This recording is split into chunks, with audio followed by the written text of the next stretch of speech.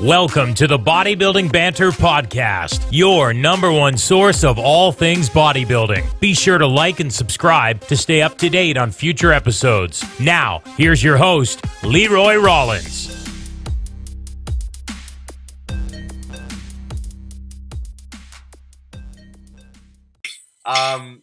I think the title of this podcast is going to be "How Two Bodybuilders Are Surviving COVID-19." I think that's clickbaity enough. Yeah, that'll work. Okay, so let's start with on your end. How are you? Where are you at with what's transpired in the last 48 hours with training? I saw some stories with groceries and all that kind of stuff. So I'm sure we both have some insights to that. But how's things on your end with that? Yeah, I mean, that's the big thing. It's so different for everyone because everyone's towns are reacting differently and, everyone's in different parts of the world, obviously. Yeah. So I kind of joked about it at first. It was like, oh, people are overreacting. It's not going to be that bad. And then I actually tried to go shopping and it was like, oh, shit. People are in a full-on panic right now. Yeah. And I sent a text to Goob, who I'm pretty close with, and I was like, man, it's like everybody turned into a bodybuilder all of a sudden because all the foods that we eat consistently are just wiped out. Yeah. Yeah, I remember, I think it was Thursday night, my fiance did a quick shop, and there was no beef, so she went to Costco, no ground beef, no chicken, no eggs, and I was like, no, you can't, none? She's like, none. So she sent me a photo of, this, the prepackaged, cut up chicken breasts, from the deli counter. She's like, is this okay? I'm like, it'll do for now, but that's crazy. And then when I come home from work, she's telling me 30-minute lineups and people just frantically grabbing stuff. And like you said, all our bodybuilder foods, people are buying shit they don't even buy normally just because they need something. Yeah. What I found, I'm stocking up on all the freeze it, stuff that I can freeze pretty well, and not touching that because we really don't know how long this is going to go on for. No, it could go much longer than what we think. Yeah. So what I did buy a good amount of, I finally found some frozen chicken. I had to go to a bunch of different stores, but all the regular stuff's wiped out. Yeah. But what I went with was turkey breast, the big frozen turkey breast that you would do for Thanksgiving or something, because it's white meat and it's the only lean meat that was left. So. Yeah, the other thing, frozen fish, getting your haddock and stuff might be the other option I was thinking, but I stocked up on, I don't know, probably 6 or 7 packages of the chicken breast and some packs of lean beef. I don't know how many cartons of egg whites we bought because that stuff I can go through pretty quick. And frozen veggies, obviously, your broccoli, your green beans, that stuff, and then boxes of rice.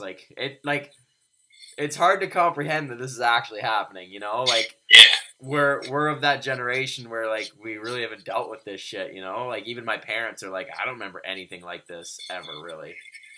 No, it's odd. And if you look at other countries and what they're doing, I mean, you're obviously in Canada, so you guys may take it very differently than we do in the States. But if you look at other countries, most of the countries are going to a full-on lockdown. Yeah. Where it's you can't go anywhere except for the grocery store for, minimum of 14 days. And that's where, I mean, I'm in the health professions. I'm not a medical doctor. I'm not a virologist or anything like that. But we're getting word that that might be coming our way.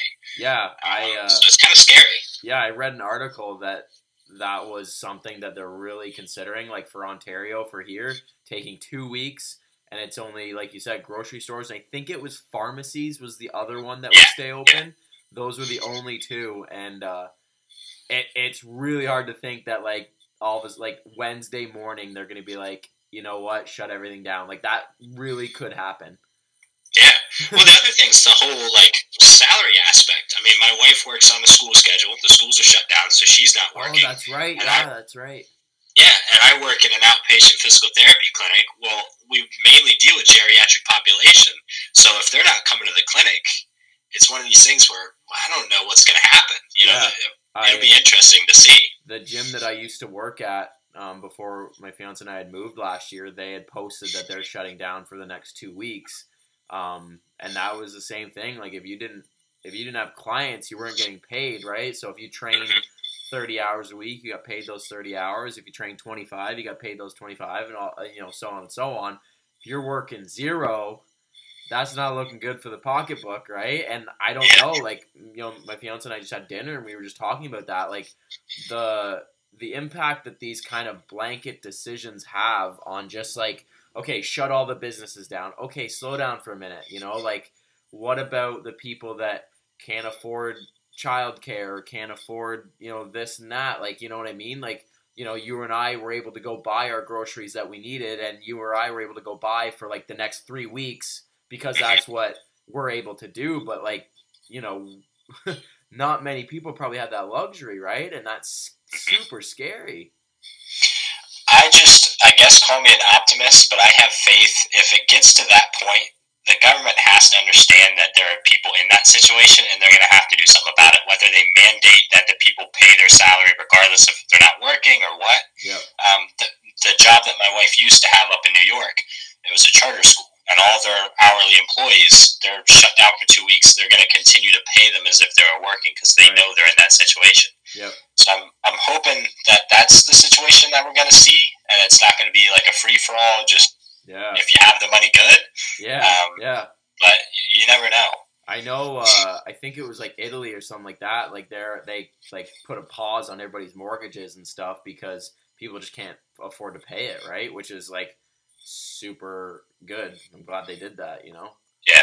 Well, that's the whole other thing too. We just bought this house that we're in now, but we still have our apartment. So I'm paying 2 mortgages. My wife just lost her job. I'm like, oh shit, man. You're like, oh no, it's not great. But we'll make it work. Oh yeah. Now might be the time to go full-time coach. Yeah, Jesus. I don't know. I'm just waiting for all the clients to be like, well, I lost my job.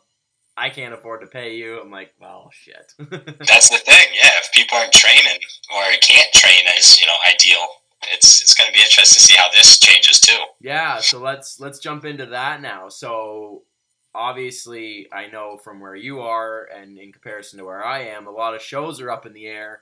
A lot have been canceled or postponed without any indication whether it's postponed for a month, for 6 months, postponed till 2021. See you guys next spring. Like, you know what I mean? And in the last 24 hours, I've played like coach/therapist being like, look, I understand you're freaking out. I mean, I've got planned shows coming up too, as do you, and it sucks. But as of right now, a lot of my clients haven't got the word that things are canceled. So I'm telling them keep trucking on as usual, but any minute now, a post could go up saying either canceled. I know there's a show next weekend, just a couple hours from my place in Toronto, and they had to completely switch venues, which was another hour away from where they had planned. Like little things like that throw a wrench in things, but it's crazy.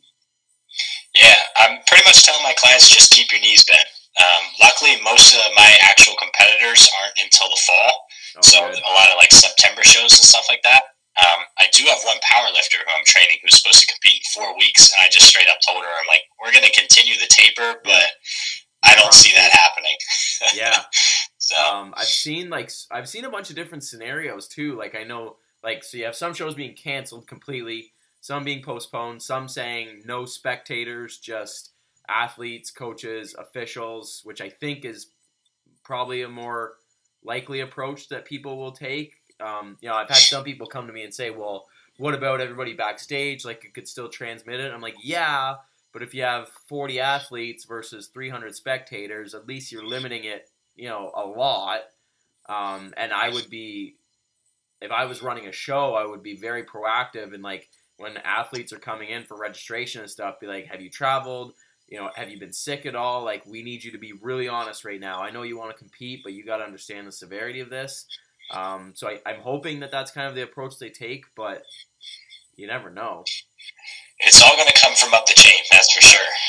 In the States, it's each state, has their set of rules. In Delaware, you can't have gatherings of more than 100. In Maryland, it's 250. But I just saw that Austria just announced as of, I think, Wednesday, no gatherings of more than like 5 people. So it's like, what if I have 4 brothers? I actually sent a text. I was like, what about a family of 6? Like, you're just sending one out? Like, you're done, man. Sorry, Johnny, you're outside tonight. Yeah. So and nobody knows, and that's the thing. You can't say confirmed, and you can't take it out on the promoters and stuff because it's not under their control. They're doing what they can. Everybody's losing money on this. Like, everyone, the whole Arnold situation, everyone was pissed about that. But, like, what are you going to do about it? You want hundreds of thousands of people all like in one area when you've got some rampant virus? Well, especially a situation like that. Like, I think they said, like, they expect people from over like 100 countries coming through there. Like, that's just, it's one thing to have a local bodybuilding show in Southern Ontario here, but to have, in Ohio, we have 100 countries coming through the door, 200,000+ people walking through. Like, cancel the thing. Yeah. And the thing to look at too, I actually looked up some stats because this is everywhere, and that's like, this is more like in my field. Like, I don't know what I'm going to do this week. Like, we're going to be all over the place with work. But a lot of people our age specifically are not taking it as seriously as what I think they should. Man. Go ahead. Sorry.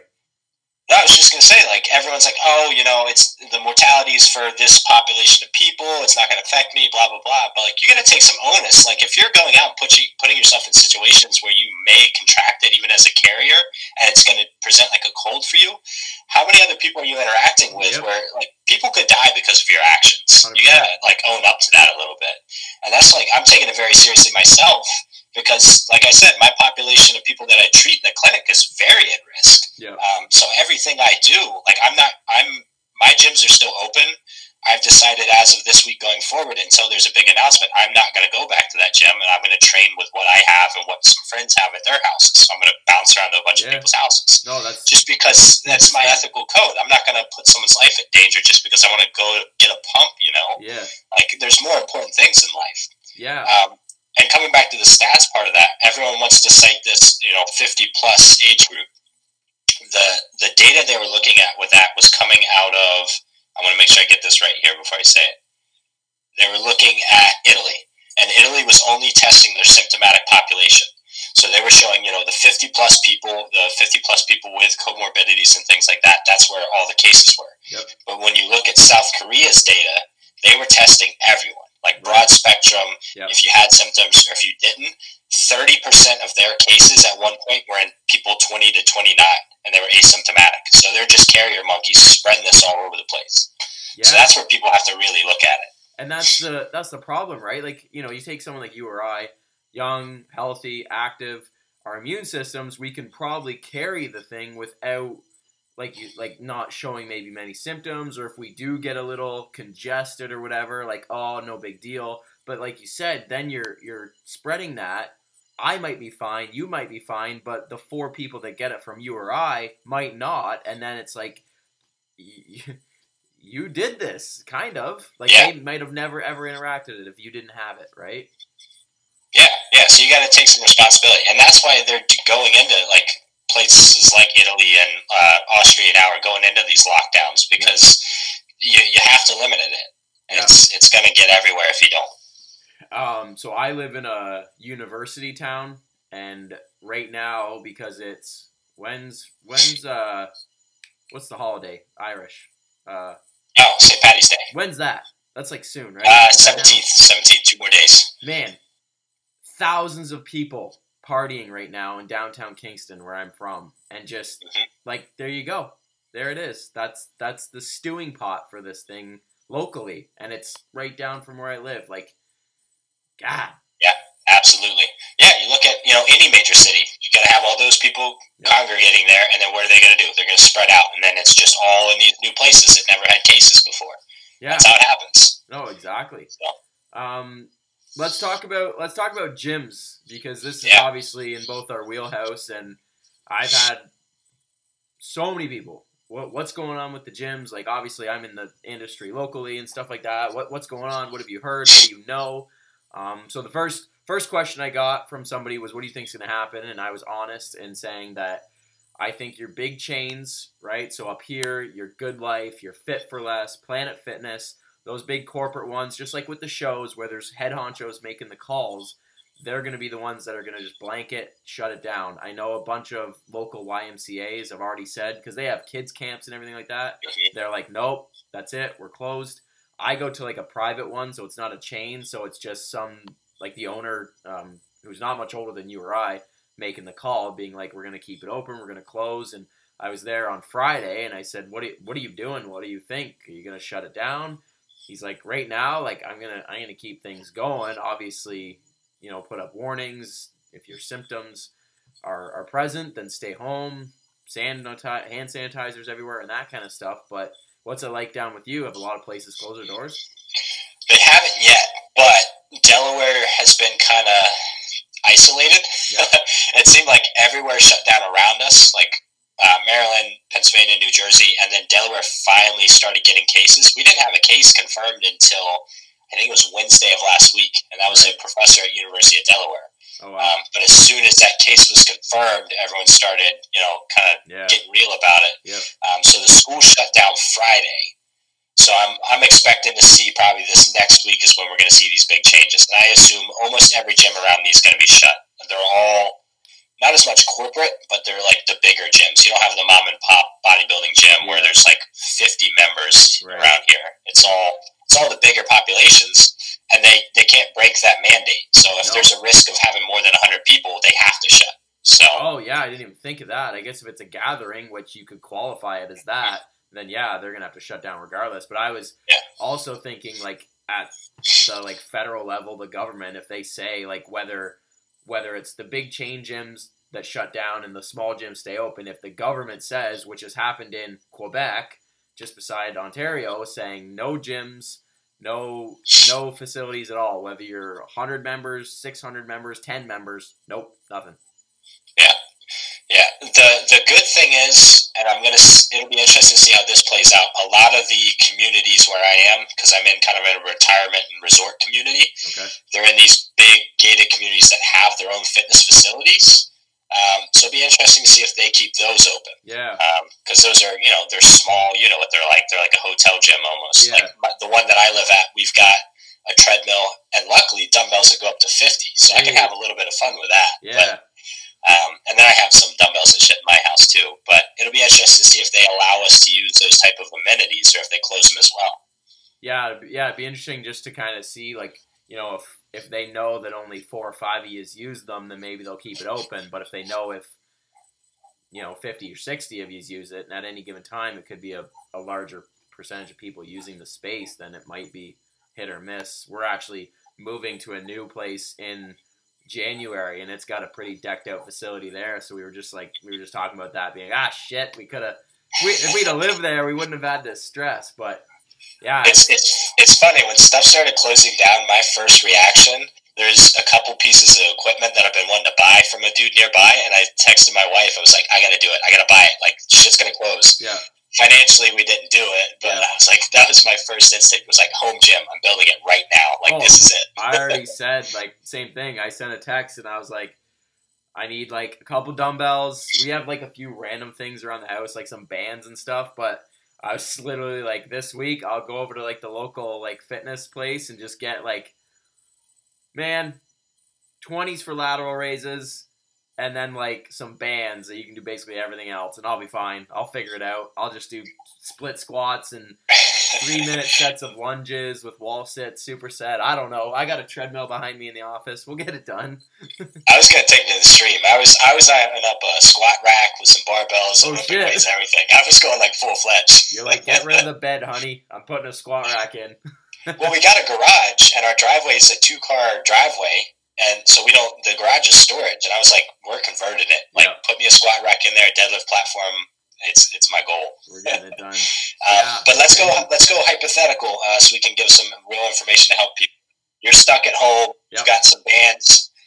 I won't even say bands. Like, what would you do? What's your go-to? I'd probably upper lower, like every day, like every other day, upper lower, upper lower, upper lower. Because I'm not gonna realistically, I'm not going to be fatigued as anywhere near what I normally would. So I would probably literally train every day. A, because I won't be sore, but B, I'm probably going to have a lot of spare time. So I'm going to do a lot of shit. So if I had body weight and just some random little dumbbells. Like, I would literally try to find heavy shit in the house and just, like, I'd figure it out, right? Like, push-ups for sure. I'd be doing a lot of push-ups. Different kinds, right? Tricep, wide grip, you know, kind of those inverted shoulder ones that you can rig up. Pre-exhaust, all that. Yeah, like, anything, like, people are, like, thinking too simple. They're like, oh, I need some dumbbells. I'm like, man, like, you could do lateral raises. Like, I have those, like, 6-pound bags of oats. I could lateral raise with bags of oats and get a pump. For real. Yeah.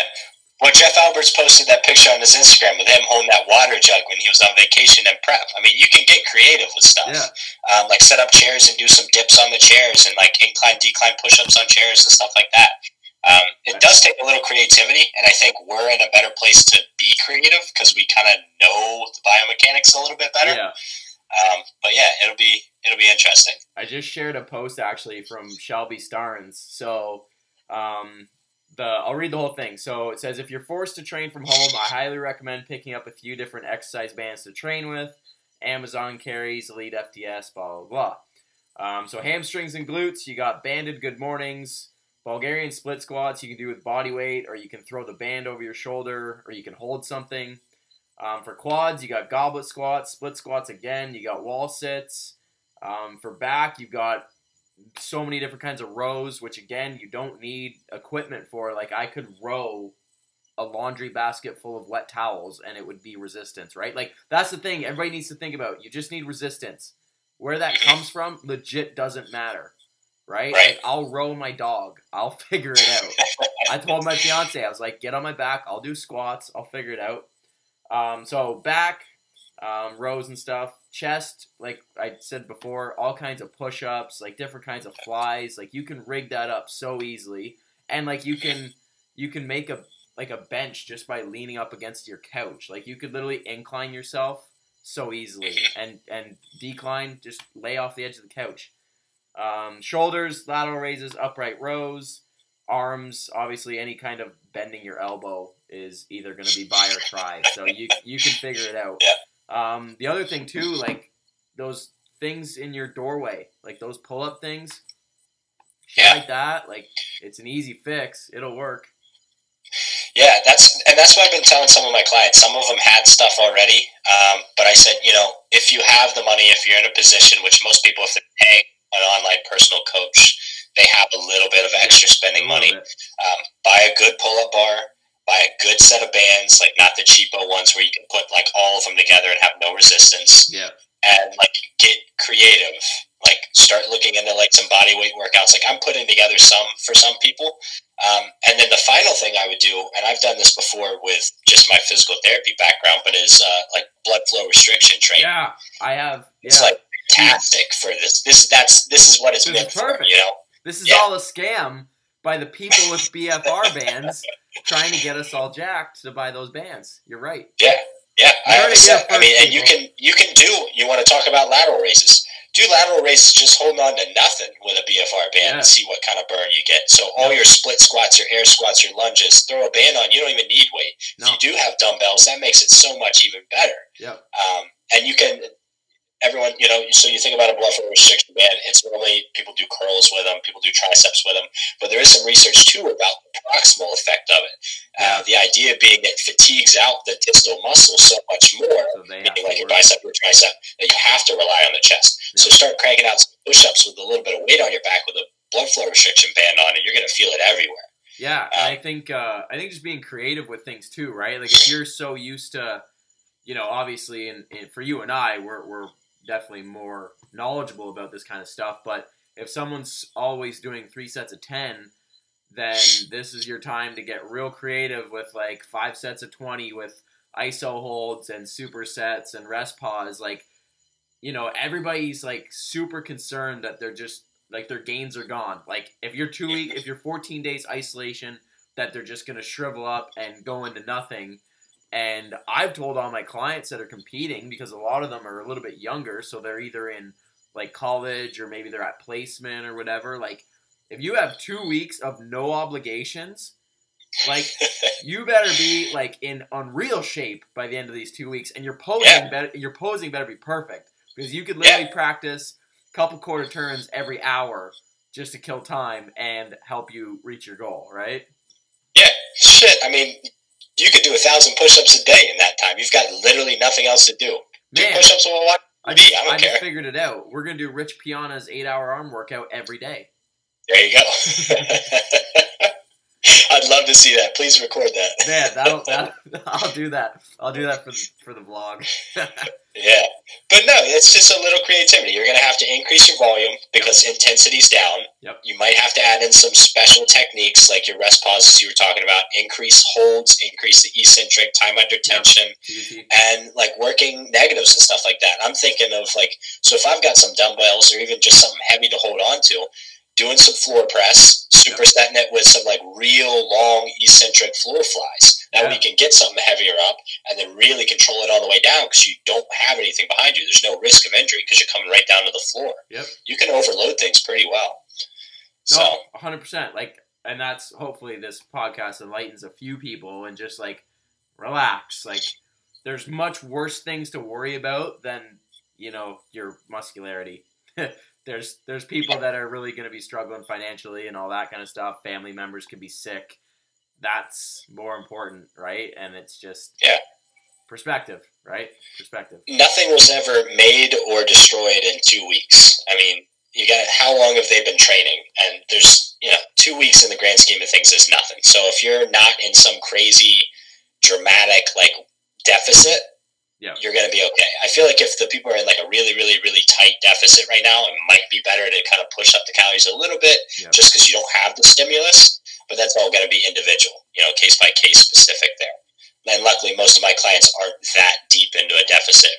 They're kind of still easing into it, so they can just get their regular weight loss. If they're allowed to leave their house, they can walk. If they can't, I guess we're not doing cardio, but yeah, we're just gonna do paces around the kitchen. We need 1,000 laps around the living room this week, boys. Let's go. Just start programming in some stair workouts like I was back in college again. Make them jump up and down the stairs and everything. You do what you gotta do, right? Okay, so we touched on training. What about food? I can't remember if it was you that posted it, but someone posted, they're like, well, I'm about to get real good at if it fits your macros. Was you? I don't think it was me. I mean, it was. You know what I posted? It was the Zach Galifianakis gif where he had like all the numbers and everything floating in front of him. That was me. I said, trying to fit my macros without chicken because I like chicken so much. Yeah, that's what it was. So quickly, so my approach, like I follow a meal plan. I do that for me on prep. I like it.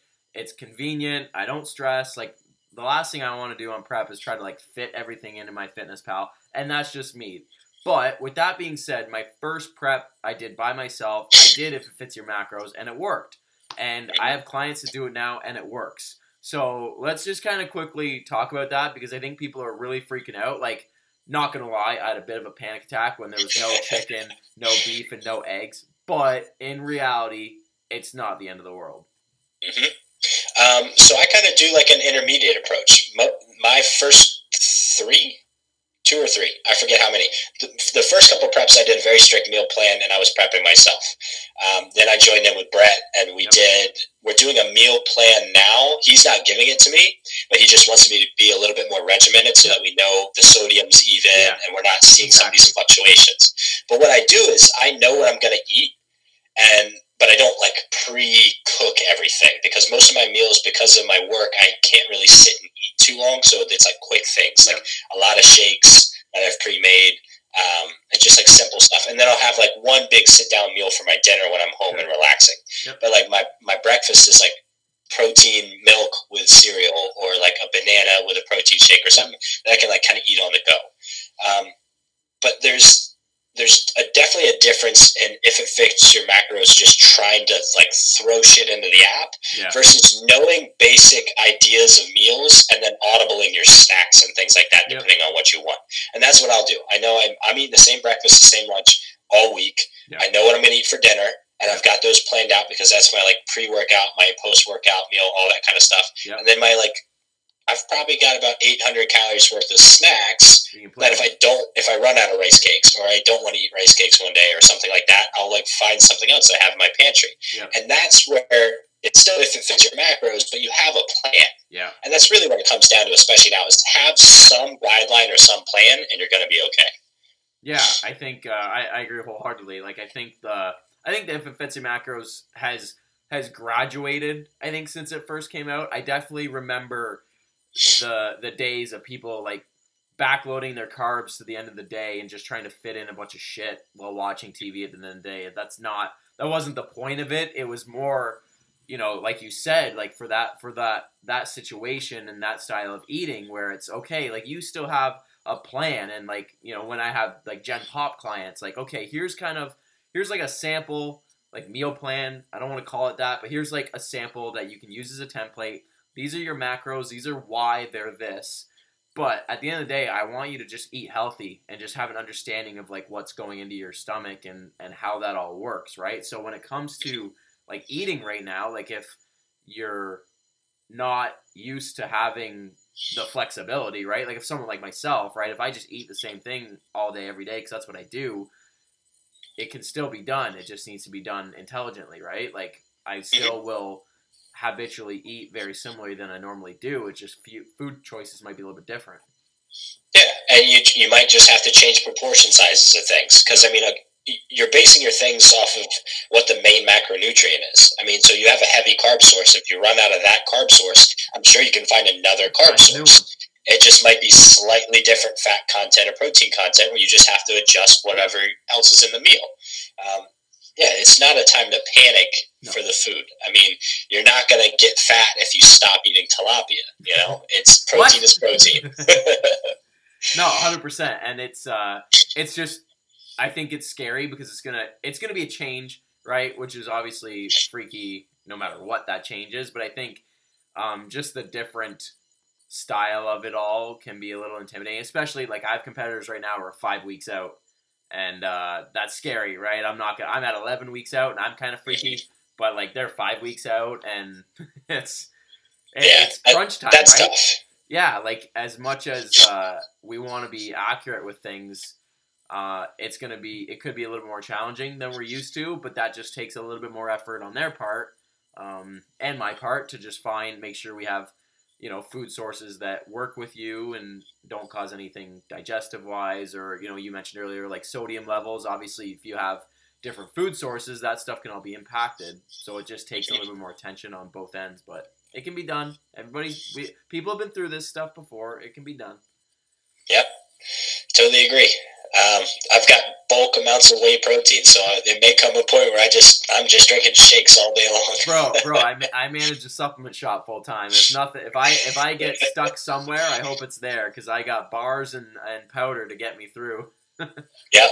I'll probably be putting in another order here soon. Just get another 12 something like that pounds of protein and just ride it out. Yeah, protein in my oats, protein in my Cheerios, protein with my egg whites. Make a little pancake. Just way life. It's way life. Oh yeah. Anything else that's on your mind about this whole situation? Obviously, nutrition and training is the big thing in our atmosphere, but anybody close by that's been impacted by it at all? Like actually by the virus? No, we had a little bit of, I don't even call it a scared with a family member, but they turned out to be fine. But no, I think I've got some clients that are in situations where they could be. So I'm kind of monitoring their situation, because I've got actually a lot of international clients somehow. They found me. They found you through the Instagram. Yeah, just monitoring it and, letting them know that if, I understand their situation, if they have to stop, or if they feel like they can't make payments, like, I'll work with you. I'm a human being. And we all got to get through this together and be a little bit responsible. That's my big thing. Yeah. Be responsible for other people's sake. Yeah. So it was Thursday. I had stopped at my grandparents, and they're big casino goers. They like their casino. And today I think it just came out that all casinos are shut down and stuff like that. And I was like, oh, thank God, because like my grandmother's going on about wearing gloves. I'm like, no, like, that's not the point. It's in the air. Yeah. So, Yeah, that's a and that's a big one. People might not understand that. It's a droplet contagion, so it's coming out of saliva and from your mouth and things like that, and it can last on surfaces for quite some time. So I heard 4 days. Yeah, it's a long time. So you got to be smart. And those masks, they don't do anything. If you're using the mask that everyone can actually get, if you have like a full-fledged like respirator, you're good, but no one has those. What those masks are actually good for right now would be if someone did have symptoms to wear to protect other people. But it's not an airtight seal. It can get in through your eyes and other mucous membranes and things like that. So if you think you're safe just because you have a mask on, you're not. No. And that's coming. Again, I said I'm not an epidemiologist, but I am a medical professional. Trust me on that one. You're not safe just because you wear a mask. Yeah, you know more than the average podcast listener. I just had something I was gonna say. You got the toilet paper pandemic down there too? Yes. Like so many random things. And here's the thing, like diarrhea is not one of the symptoms. I don't get it. Like, why are people doing this? I've got like 12 rolls or something in my house, but like if I actually needed it, you're screwed. It's going to be gone. And I had a friend who's got a young child. She was going to get like baby wipes, and one of the people in the store was like, "Oh, that's a great idea. That's what we should stock up on next." She was like, "No, like what if my baby needs these baby wipes? I'm not just buying them to be a dick." Yeah, like, man. Yeah, it was like Thursday or Fridays, like a elderly woman, like I think they said she was 68, was punched in the face over toilet paper. An elderly woman, like you're a dick. There's no reason for that. There's no reason to stock up on most of the things people are stocking up on, and it's ridiculous. Like ramen noodles, eggs, chicken, toilet paper. Like, come on. What are we actually preparing for? If you really sit down and think about what everybody's buying, like. I think they're planning for like digestive issues or some shit. I don't get what's going on, but yeah, it's odd. It's really odd. Has this derailed anything for you directly yet? Obviously, work's still up in the air, but like competitively, travel plans, has anything been kind of thrown off the edge yet? Again, I don't know. Keeping my knees bent. Most of my stuff is later on. I was kicking around the idea that about competing in your show. I don't think I'll be there just because I don't think I'll be ready. Yep. I am looking at the Hercules, which is 4 weeks later. Okay. That's INBF. That, it's in the Bronx, which is pretty populated. It's going to be a big show. It's an international show, so I'm going to keep my ears open on that one. And then all the rest of my shows, I'm looking at like September, October, November. Yeah, same here. So hopefully by that point we've got this whole situated. One thing that I'm going to be really angry about, I have a fishing trip I do up in Quebec every 2 years, and if they shut down the border where I can't travel, I'm going to be pissed. Dude, that's honestly the biggest thing for me right now with trying to come down and compete is that if the show still goes on but the border's closed, I'm screwed. Yeah. I'm hoping like a lot of people that I've talked to about this that are like more intelligent than some just seem to be like hoping with the fact that the next 2 weeks are a little loony. They kind of figure out what the heck they're doing. I think a lot of decisions being made right now are just because it's a bit of a panic and they need to make decisions because a lot of people are screaming and yelling and freaking out. But I'm hoping, 2 weeks of chaos and then things kind of not die down maybe isn't the right word, but they kind of get a grasp on what's actually happening and if it slows down spreading or whatever, and they don't have to make these crazy decisions of like lockdowns and border closures and all this kind of stuff. Like I know with the travel ban to the UK and the States, like there's a lot of upheaval about that because it was just a quick decision that wasn't talked about, that's not good. That's not how this stuff should be handled.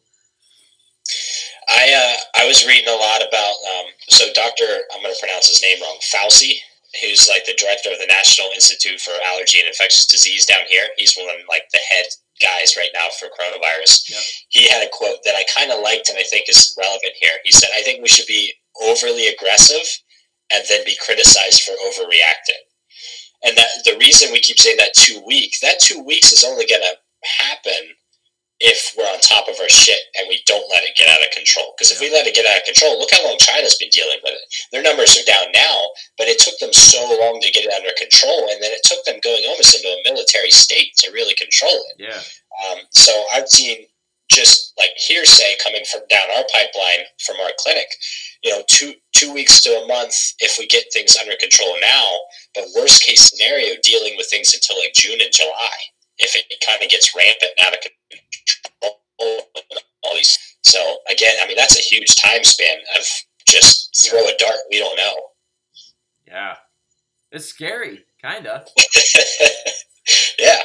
I mean, it's a new virus. Nobody has a definite answer because we've never seen it before. So.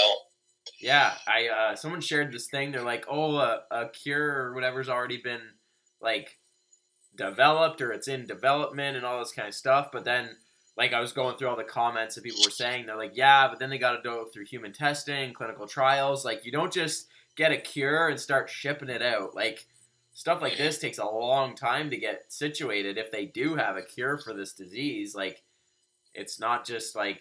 We'll send out some vials on Monday and get everybody fixed up. Like, no. You don't just start testing on people. That's how zombie apocalypses happen. Yeah, that's how this. I've seen enough movies. I think that's what happens. Yeah, exactly.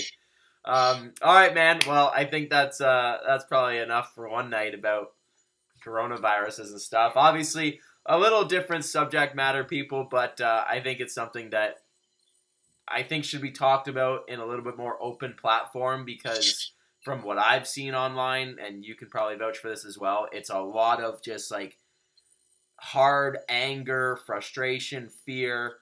Like, I'm hoping this podcast was at least us able to kind of step back a little bit and have a little bit more, I don't want to say intelligent conversation about it, but just a more calm, rationale approach to things. Mm-hmm. Yeah, I mean, if I had to summarize, I'd say nobody knows for sure, so don't trust anything right now. Everybody's saying everything differently. Don't even just trust us. Be open, be calm about it, because panic and anger aren't helping anything. Be a little bit pliable with your nutrition and be creative with your training, and then just ride this out like everyone else is. So yeah, we're at the end of the day, everybody's in the same boat. There's probably very few people that, like you said, kind of know more than you, right? Like, me and you are probably on a very similar level than a lot of the listeners about this, because, I mean, at the end of the day, I open Facebook every day and see the same shit that a lot of people probably do. So, like you said, there's a few kind of core things that you can do to manage your life right now, but other than that, we just take things day by day, right? Yep, absolutely. Cool, man. Well, thanks again. Appreciate you doing this. Like I said, if anybody enjoyed the podcast, give it a like, give it a subscribe, and hey, if you want to see me and this guy talk about random shit like this more often, let us know too, because I had fun with this. It was good. Yeah, this was fun. I appreciate it. Thanks for having me back on. Yeah, man. Enjoy your ramen noodles and random mustard packets for dinner. Yeah. Whatever I can scrape out of the pantry. Yeah, for real. All right, buddy. Have a good night, eh? All right, you too. Bye.